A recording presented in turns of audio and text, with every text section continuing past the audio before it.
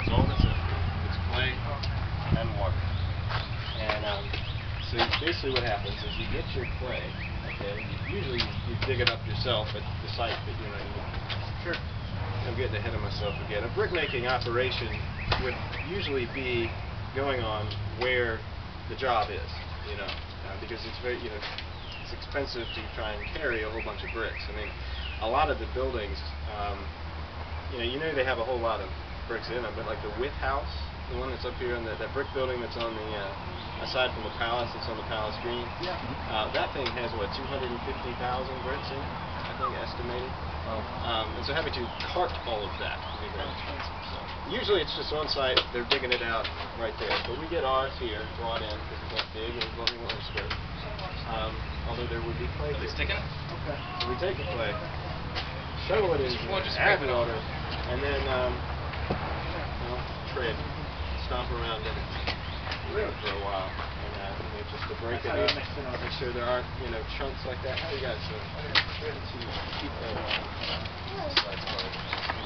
talking about making bricks.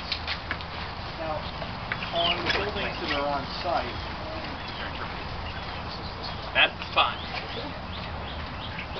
The buildings that are on site, are all the bricks made here, or have some been made elsewhere, off-site? I mean, we can't make all of the bricks that go into these places. I mean, this is a relatively small operation, and we do try. I mean, most of the things that we do go places in town, but I'm sure that there are examples of different places where some of our bricks are used, and then they come in with bricks from other brick makers. Yeah, they were awesome. I mean, they were hand-making wood-fired bricks here during the restoration in the 30s and 40s, so even the bricks that we didn't make, they were still made here, just by more production-oriented. Very similar operation, but more. They didn't wear funny clothes, I'll put it that way. Nor did we.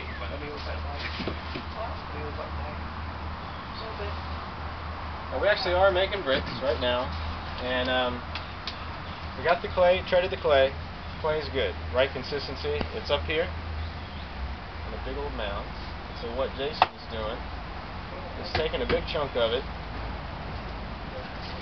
giving it the general shape of what he wants. Usually it starts in sort of a ball. He's rolling it out. And what's he rolling it in? Just a bunch of sand is what that is. Because what will happen later is you have the mold. Okay, so he puts the clay into the mold, packs it down nice and tight, fills it up, strikes it flat, and what's going to happen now is it will be taken over here, where we will lay the bricks out in the sun, I guess, for a little bit here, for a couple of days. They'll be laid out, and in order to get the bricks to come out of the mold, it's nice to have a little bit of sand as a release for it, kind of like flour or dough.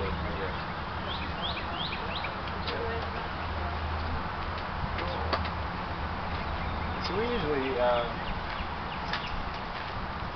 we rotate, take turns doing all of the different tasks like that. But this job, off-bearing, would have probably been done. At least it was described at least one time by Thomas Jefferson as being done by a boy.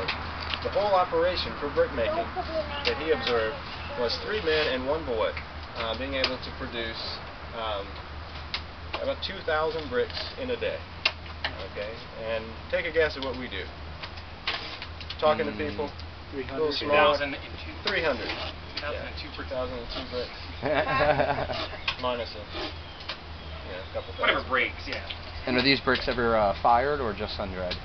Oh yeah, no, they'll be fired. The types of bricks that we're making will be fired.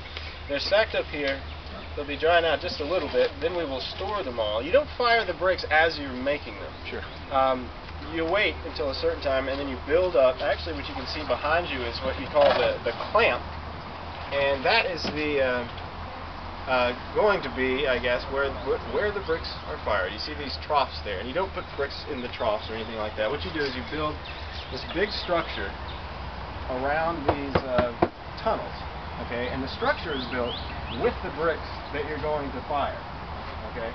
So you build that whole structure with these unfired bricks, and then for 4 or 5 days, it depends how many bricks you're trying to fire. you keep a fire, a very hot fire, thousands of degrees. They're just chucking wood underneath this thing, non-stop, 24 hours, you know, until it gets to the right point. You know, you have a brick maker. Really, you know, is separate from the laborers who do the work. They're actually the big thing that requires probably the most skill in the whole process of making bricks is going to be working the, firing the bricks themselves. And so that'll happen. We're going to do it twice this year, I think, twice this season. There's going to be one in November and one in actually July coming up here. And you can have these things, depending, ours is not particularly large, but you can make this style clamp, pretty much the same thing, to do 10, 20, 30, 40, 100,000 bricks at one time. So we'll spend quite a bit of time actually taking it apart, and that is sort of what determines the color of the brick. You've seen these different colors all over the place. So I mean, what does it tell you? Like where, which one of these was closest to the fire? The one on the right. Yeah, this guy right here, the darker color. Then you have the red brick a little further away, and then this one is a little bit soft.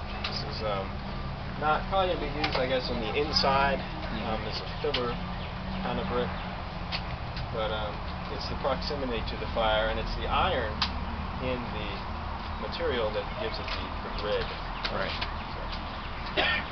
Have you been to the blacksmith shop yet? Because if you go to the blacksmith shop, the chimneys there were built with bricks that were fired here last year or the year before. Okay.